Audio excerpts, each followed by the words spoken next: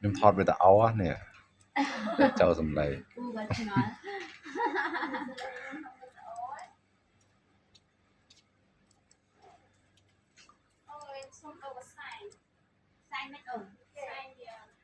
miền này phải chú xí ở nơi rồi bạc mẹ mày nè miền hỏng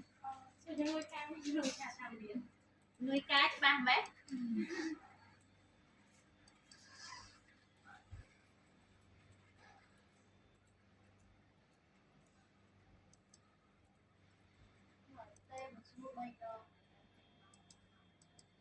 đâu là nhỉ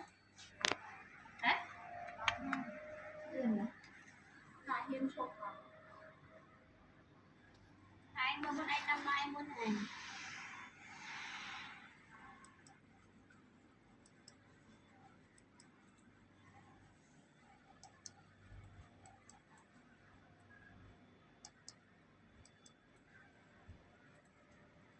đang vi mô miền Nam đấy nhà bên rồi